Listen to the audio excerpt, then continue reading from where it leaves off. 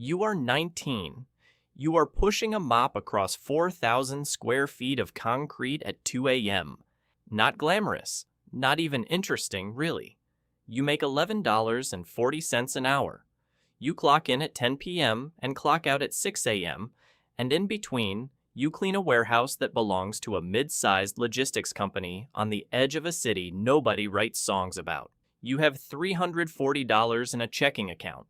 You have a used Honda with 190,000 miles on it. You have a laptop you bought secondhand for $80, and on that laptop, in the break room, on your 15-minute breaks, you read not novels, filings, 10Ks, quarterly earnings calls. You don't know why yet. You just know the numbers make more sense to you than most people do. One night, a supervisor named Daryl leaves a folder in the break room by accident. Inside it, a printed research report, internal, not for distribution, about a quantitative trading fund that leases server space in the same industrial park, 3 miles away. You read it twice. You don't tell anyone. You put it back exactly where it was. Level 2. You are 23. You've saved $6,800 over 4 years, one uneven deposit at a time, and you've opened a brokerage account under a name that is technically yours, but that no one at the warehouse would recognize as belonging to you. A middle name? A P.O. box. You are still mopping floors. You still make close to minimum wage. But at night, instead of sleeping, you're teaching yourself statistics, regression models, sharp ratios. You fail more trades than you win in the first year. You lose $1,200 on a single bad short. You don't tell anyone that either. You start walking past the funds building on your way home. Just walking. Watching the cars in the lot. Modest cars mostly, which surprises you. You'd expected something louder. What you learn, slowly, watching from a distance for months, is that the people who run Quant money don't look like money. They look like anyone. They look like you. At 23, your account is worth $14,000. It is not enough to change your life. It is enough to prove to exactly one person, yourself, that the thing you've been doing in the dark actually works. Level 3, you are 27. Your account has crossed $210,000. You still work at the warehouse, 4 nights a week now instead of 6, because you no longer need the income. You need the invisibility. A person who quits a $11.40 an hour job without another job to show for it gets asked questions. A person who quietly reduces their hours does not. You've built a strategy, one you don't have a name for yet, that exploits short-term inefficiencies in small-cap logistics and industrial stocks. The exact sector you happen to know intimately, because you've spent 8 years inside one of its warehouses, watching shipment volumes rise and fall in real time, months before anyone reports it publicly. You didn't plan that advantage. You just had it. Nobody else on the trading floor 3 miles away has ever pushed a mop past a loading dock at 3 a.m. and watched firsthand what a supply chain actually does when it's straining. You buy a slightly newer used car. Not a nice one, a slightly newer used one. The kind of change no one notices. Level 4. You are 31. Your portfolio crosses $4.7 million. You have quietly incorporated an LLC in a state that does not require you to list beneficial ownership publicly. You still show up at the warehouse twice a week. Daryl, your old supervisor, still calls you kid. You let him. This is the year you get a call, an actual phone call, from a junior analyst at the very fund you used to walk past. He found your trading pattern in a public data feed, flagged as unusually consistent for a retail account. He wants to know who's behind it. You tell him it's a hobby. He laughs.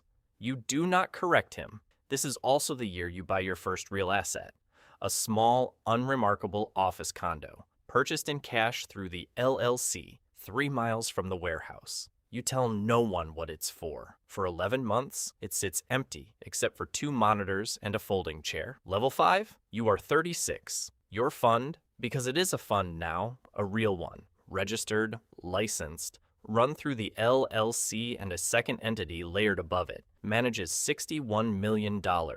Some of it is yours.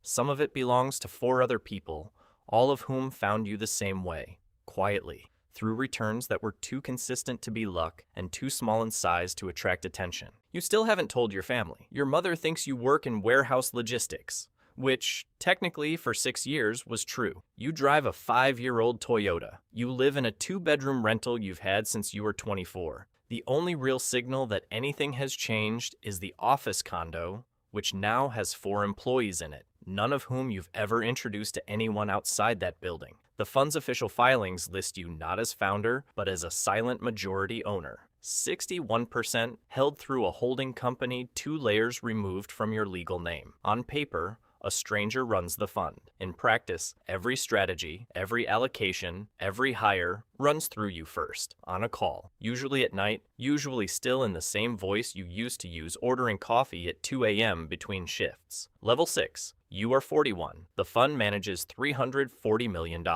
Your personal stake, after the last recapitalization, is worth just under $210 million.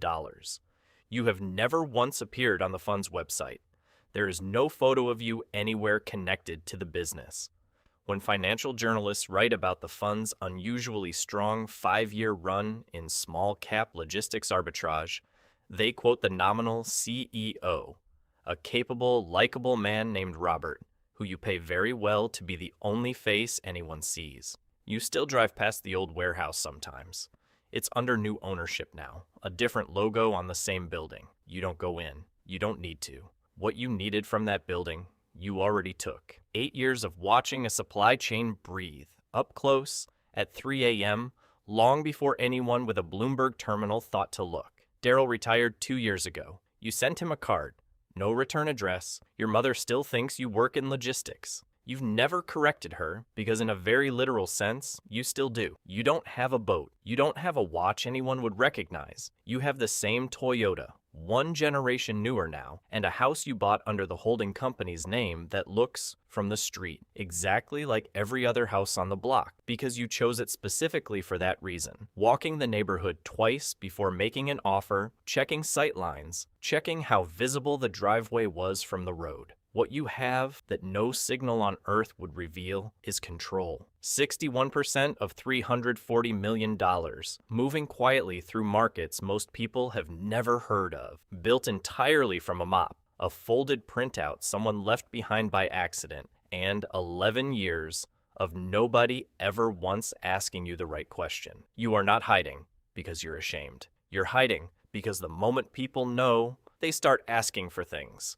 Attention, explanations, a piece of it. And you learned a long time ago, standing in a break room at 2 a.m. with someone else's research report in your hands, that the safest place to keep something enormous is somewhere no one thinks to look. So you keep mopping the metaphorical floor. You keep answering to a name that isn't quite your legal one. You keep driving a car that says nothing about you at all. And somewhere 3 miles from where you started, in a building with your name on none of the paperwork, $340 million moves exactly where you tell it to, quietly, invisibly, exactly the way you built it.